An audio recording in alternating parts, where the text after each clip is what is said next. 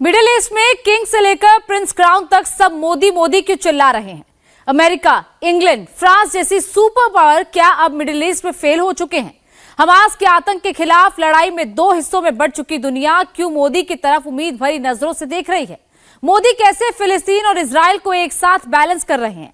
Modi Gaza के शरणार्थियों की भी भरपूर मदद कर रहे हैं और इजराइल को भी साधे हुए हैं।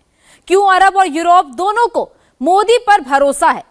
वही दुनिया के इकलौते नेता हैं जो इस युद्ध को खत्म करा सकते हैं।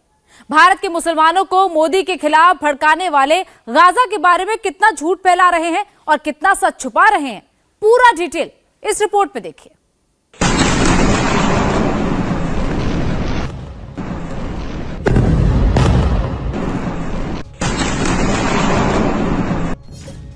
अठारह दिन से गाजा में मिसाइलें गिर रही हैं और इजराइल पर रॉकेट बरस रहे हैं। अब तक दोनों तरफ के 6,400 लोग मारे जा चुके हैं। हमास इजराइल वॉर में अकेले गाजा पट्टी में 5,000 लोग जान से हाथ धो चुके हैं, जबकि इजराइल के 1,400 लोग मारे गए हैं। अब सवाल है कि मौत का ये खेल कब बंद होगा और कौन इसे बंद करा सकता है।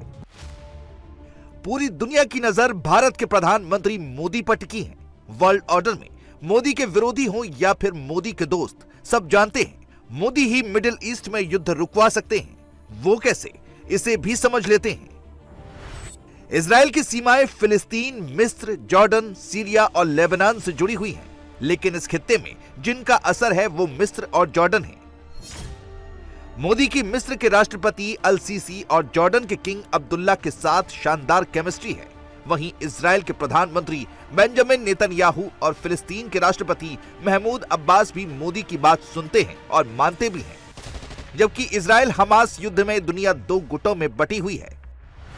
पश्चिमी देश इजराइल के साथ हैं और अरब देश फिलिस्तीन के साथ खड़े हैं। अमेरिका के राष्ट्रपति जो बाइडेन, ब्रिटेन के पीएम ऋषि सुनक और फ्रांस के राष्ट्रपति मैक्रों हमास के हमले के बाद तेल अवीव का दौरा कर इजराइल को खुला समर्थन दे चुके हैं, जबकि अरब देश गाजा पट्टी पर एयर स्ट्राइक बंद नहीं करने पर इजराइल को धमकी दे रहे हैं। लेकिन मोदी अकेले ऐसे नेता हैं जिनके पश्चिमी देशों और मिडिल ईस्ट के देशों के साथ अच्छे रिश्ते हैं। युद्ध काल में वही दोनों के बीच बैलेंस बना सकते हैं। इसकी वजह भी समझ लीजिए।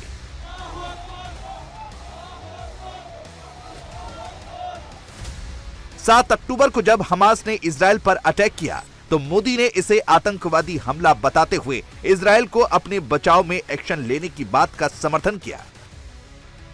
लेकिन जब गाजा के अल अहली हॉस्पिटल पर अटैक हुआ तो उन्होंने इसकी उतनी ही आलोचना की जितनी हमास के हमले पर की थी।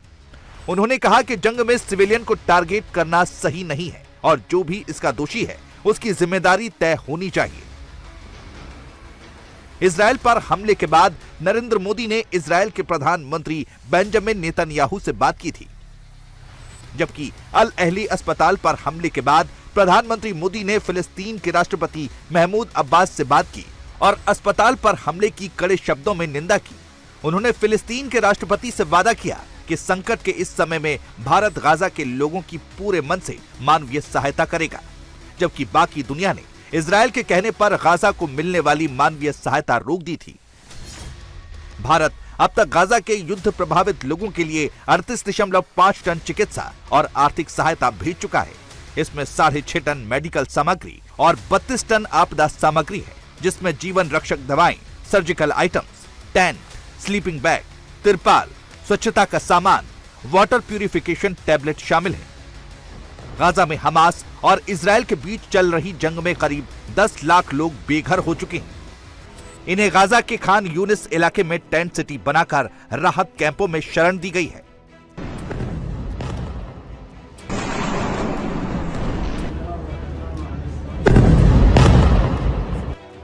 प्रधानमंत्री मोदी को युद्ध प्रभावित ऐसे ही लोगों की चिंता है, जिसकी वजह से उन्होंने इजराइल से दोस्ताना रिश्तों के बावजूद गाजा की मदद की है, क्योंकि यही मानवता का तकाजा है।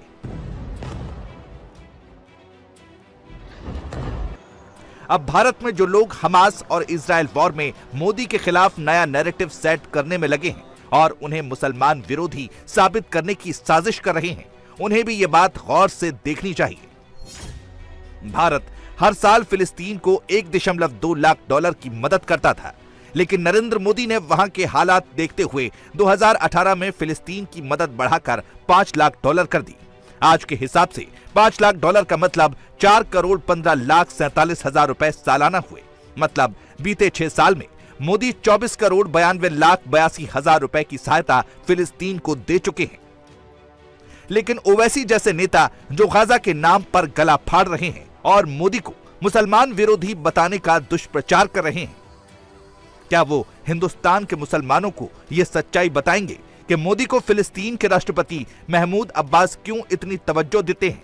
क्योंकि मोदी हर साल लाखों डॉलर की मदद करते हैं। एड इंडिया भिजा रहा है, मगर इजराइल ये कह रहा है कि हम एड अलाउ नहीं करेंगे। हम जो है राफा से, इजिप्ट से राफा से गाजा में एड भिजाने की बात कर रहे हैं। हमारे प्लेन्स भी चले गए हैं, मगर और हम प्राइम मिनिस्टर नरेंद्र मोदी से डिमांड करते हैं कि वो पहले सीज फायर कराए, वहाँ पर गाजा में सीज फायर कराए, गाजा में एक ह्यूमैनिटेरियन कॉरिडोर को खोला जाए।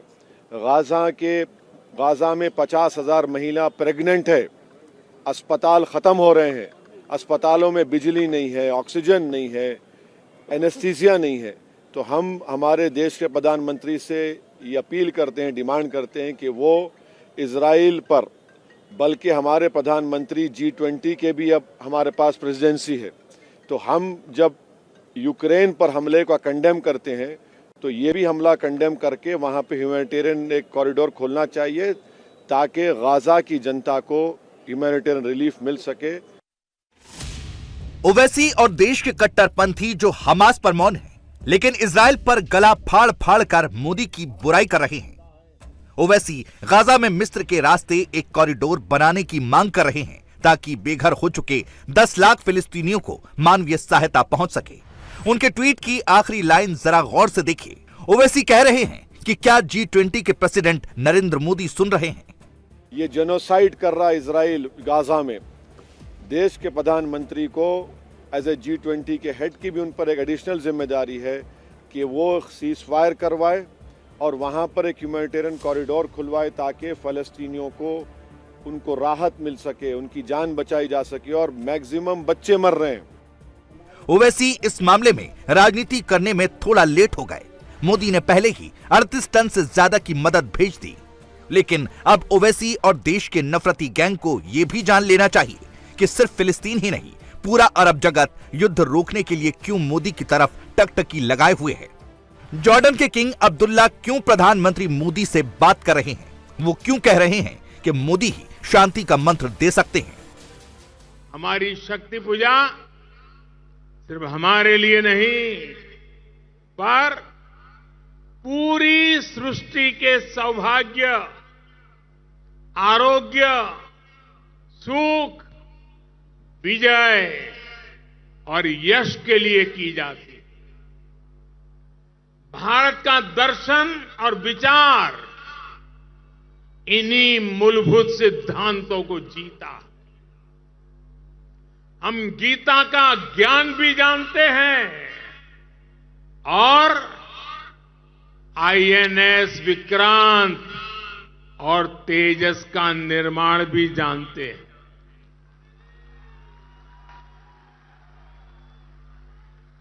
हम श्री राम की मर्यादा भी जानते हैं और अपनी सीमाओं की रक्षा करना भी जानते हैं। इजराइल और हमास युद्ध को हिंदू मुसलमान के चश्मे से देखने वालों को क्या भाईजान ये बताएंगे कि मोदी पहले इंसानियत को देखते हैं? उनके लिए इजराइल के बंधक हों या फिर गाजा के बेघर, सब बराबर हैं। लेकिन क्या भड़काऊ भाईजान कट्टरपंथियों को यह सच्चाई बताएंगे कि फिलिस्तीन हमास का नहीं है? फिलिस्तीन दो हिस्सों का नाम है, एक वेस्ट बैंक जहां असली फिलिस्तीन सरकार का कब्जा है और दूसरा गाजा पट्टी जहां आतंकी संगठन हमास जबरदस्ती शासन करता है। अब इन हमास प्रेमियों को एक और बात समझने की जरूरत है कि मोदी का मिडिल ईस्ट में कितना जलवा है। फिलिस्तीन अपना सर्वोच्च नागरिक सम्मान ग्रैंड कॉलर पीएम मोदी को दे चुका है। सऊदी अरब भी अपने देश के सर्वोच्च नागरिक सम्मान से मोदी को नवाज चुका है। यूएई और मिस्र भी मोदी को अपने अपने देश के सर्वोच्च नागरिक सम्मान दे चुके हैं।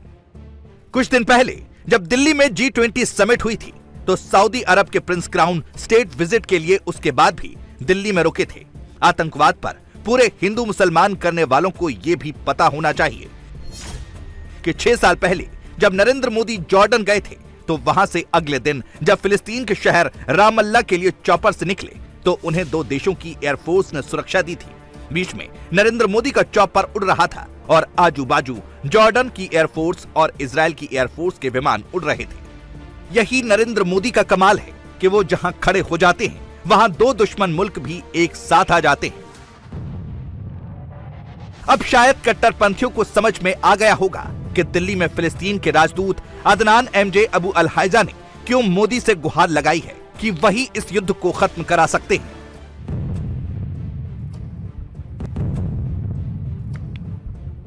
अब सवाल उठता है कि सऊदी अरब, UAE, जॉर्डन और मिस्र को बाइडेन से ज्यादा मोदी पर भरोसा क्यों है।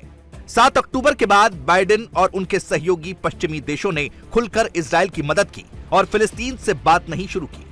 अमेरिका ने 2 जंगी बेड़े भूमध्य सागर में उतार दिए जिसके किनारे इजराइल और फिलिस्तीन बसे हैं। ब्रिटेन ने महाविनाशक हथियार इजराइल भेज दिए, लेकिन भारत ने दोनों पक्षों को शांति के वास्ते बातचीत की टेबल पर लाने की कोशिश की। भारत ने गलत को गलत कहा और सही को सही कहा। इसीलिए फिलिस्तीन के मुद्दे पर अरब देश हों या फिर पश्चिमी देश अब सब मान रहे हैं कि मोदी हैं तो मुमकिन है। मोदी की कोशिशों का असर भी दिखने लगा है। भारत आज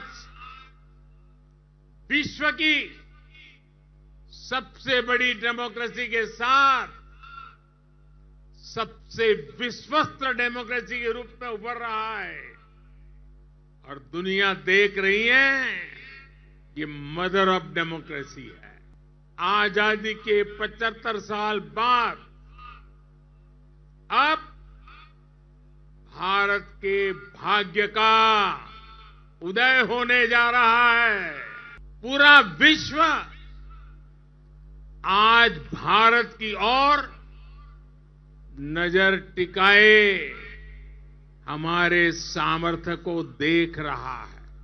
अब हमें विश्राम नहीं करना है। हमें भगवान राम के विचारों का भारत बनाना है।